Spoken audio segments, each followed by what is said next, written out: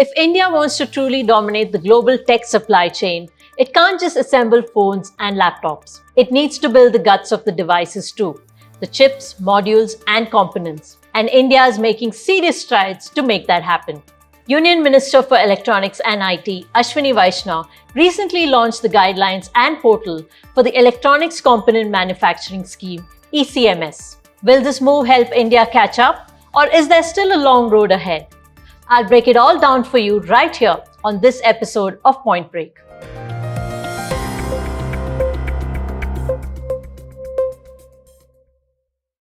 Announcing the ECMS, Vaishnaw clearly stated the well-thought-out strategy for developing the electronics industry in India, starting with finished products to drive volume, followed by module, component, and material manufacturing. Well, the results have been quite promising. The country's electronics manufacturing sector witnessed a massive surge from just 1.8 lakh crore rupees in financial year 2014 to over 8.2 lakh crore rupees in financial year 2023. So where are we headed next and why this scheme? I'll get to that right after I tell you what's been making waves in the world of AI.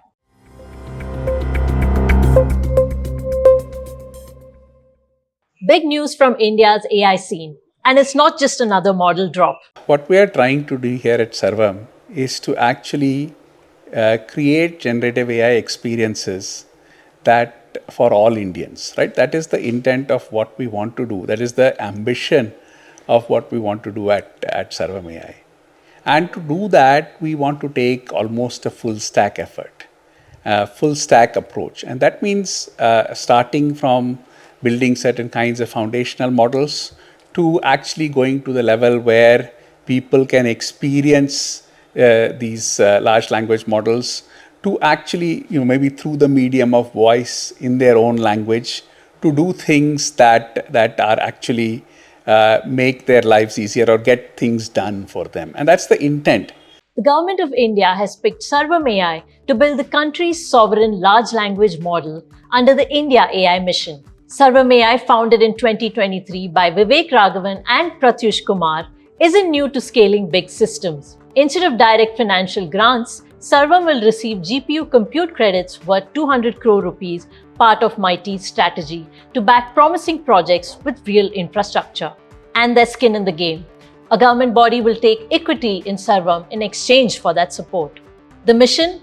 Not just to build a model, but to unlock public interest use cases and slash AI inference costs across India. As founder Pratyush Kumar put it, we've got a long way to go, but this is the time to strengthen each other.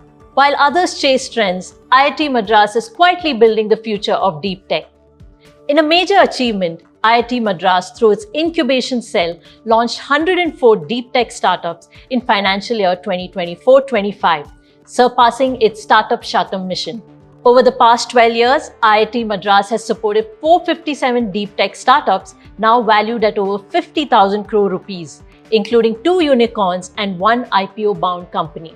Notable success stories include Ather Energy, Uni4, MediBuddy, Agnikul Cosmos, Galaxy, and more. And more than half of these startups were founded by IIT Madras faculty, students, and alumni, with the rest emerging from across India, reflecting a diverse and inclusive ecosystem. Fintech unicorn Razorpay has launched India's first payment gateway with an official Model Context Protocol or MCP server, enabling seamless payment integration with AI systems. This lets users quickly embed payments in AI-powered platforms like chatbots and apps. For example, if you type send 500 rupees to XYZ and a payment link is generated and completed in seconds. So why does this matter? MCP, developed by Anthropic, is an open standard that allows AI models to interact with external systems in real time, enabling actions like querying databases or executing workflows. Razorpay's integration streamlines payment processing in AI systems, offering fast, real-time transactions. AI in startups are still front and center, but manufacturing is seeing even more explosive growth, with government-backed initiatives driving the change. How, you ask? Let's break it down.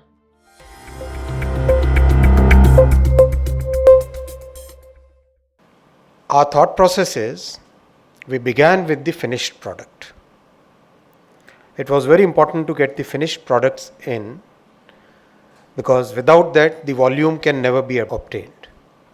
The finished product always brings the volume and the basic confidence of an industry to get into the downward integration mode. So that's why we started with the finished products. Once we have a good volume of the finished products, then we can very quickly get into the module level manufacturing in a country. Once we have module level manufacturing, then we can look at individual component level manufacturing. Once we have component level manufacturing, then we can look at material manufacturing, manufacturing the materials which go into manufacturing the components, which go into manufacturing the modules, which go into manufacturing the finished goods. That's the way any industry evolves. The strategy of starting with finished products to build volume and confidence to then enable downward integrations has been paying off for the country. The finished goods now account for 80 to 85% of the value chain, with electronics production growing 5-fold and exports growing 6-fold. The compounded annual growth rate, or CAGR, has exceeded 17% and 20% for production and exports respectively. But here's the thing. While India has become the second largest mobile phone producer in the world, much of the high-value component manufacturing still happens outside its borders. That gap is what the government is now trying to close. ECMS, or the Electronics Component Manufacturing Scheme, signals a shift from just assembling finished products to building the full electronics supply chain inside India. And ECMS isn't just about smartphones. It's designed as a horizontal scheme supporting sectors like industrial electronics, power, and automobiles too. So what are its key features? ECMS provides incentives based on turnover, capital investment, or a combination of both, with some payouts linked to job creation. It covers the full supply chain from capital equipment to sub-assemblies. The scheme uses a first-come, first-served approach to encourage quick participation and simplifies guidelines to reduce bureaucracy and improve business processes. Companies will be expected not just to manufacture, but also to invest in local design teams, critical for global competitiveness. Industry leaders at the event also pointed to the relative success of earlier production-linked incentive PLI schemes for electronics, crediting them for faster disbursement and smoother implementation compared to the past. The ECMS, with an outlay of over 22,000 crore rupees, will run for 6 years, starting from financial year 2025-26. It comes at a time when India is actively trying to deepen its electronics manufacturing capabilities and cut dependency on imports, especially as geopolitical risks loom large over global supply chains. India is not just catching up, it's aiming to build for the world. Tata Electronics is leading the charge. They're building India's first 12-inch commercial-grade chip fab in Dholera, targeting 50,000 wafers a month. A $3 billion semiconductor assembly and testing facility is also coming up in Assam. It doesn't stop there. India's first ever foreign semicon manufacturing project by chipmaker Micron has committed to a $2.75 billion semiconductor assembly and test plan in Gujarat. Building at global scale is no longer just a dream. It's happening face by face, and India is becoming the world's next manufacturing hub. At VVDN's facility in Manesar, Haryana, Minister Vaishnaw called out the next big edge: design. Over 5,000 engineers are working on complex AI-driven systems, which means India is not just manufacturing anymore. It's designing the brains behind the machines. Vaishnaw also flagged a key shift. India is now making its own design tools critical for tech self-reliance. And with 6,000 AI servers deployed by VVDN, the hardware capability is starting to show. To back this, he unveiled a 3-tier skilling plan: basic training, on-site product skills, and university courses directly aligned to industry needs. Shall I use a Malayalam word for this? Adipoli. Meanwhile, Apple's shifting gears. The recent US tariffs on China are speeding up Apple's move to make India its main manufacturing base by 2026, a shift that could mean 60 million devices built here, doubling current production. In fact, India's smartphone exports just crossed 2 lakh crores last year, and iPhones made up nearly 1.5 lakh crore of that alone.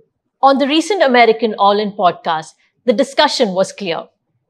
India is where the next big leap is happening. I don't think the Apple deal is from a standstill. My understanding is Foxconn and others have been working with Apple to actually stand up manufacturing capacity in India for some time now. And I do believe that they probably have 1 or 2 model runs already active in the country. So I don't think that this is necessarily from a standstill. Let's go recruit the people, figure out the processes, find the builders, stand up the facilities. That there's probably a model system already running that's now about replication and scale up, which is why they have confidence in the stated goal. It's not often that Tim Cook will stand up and say, I'm going to do something in 18 months and then be delayed by years. He's not Elon. He's going to come out. He's going to be very clear. He's always been very clear.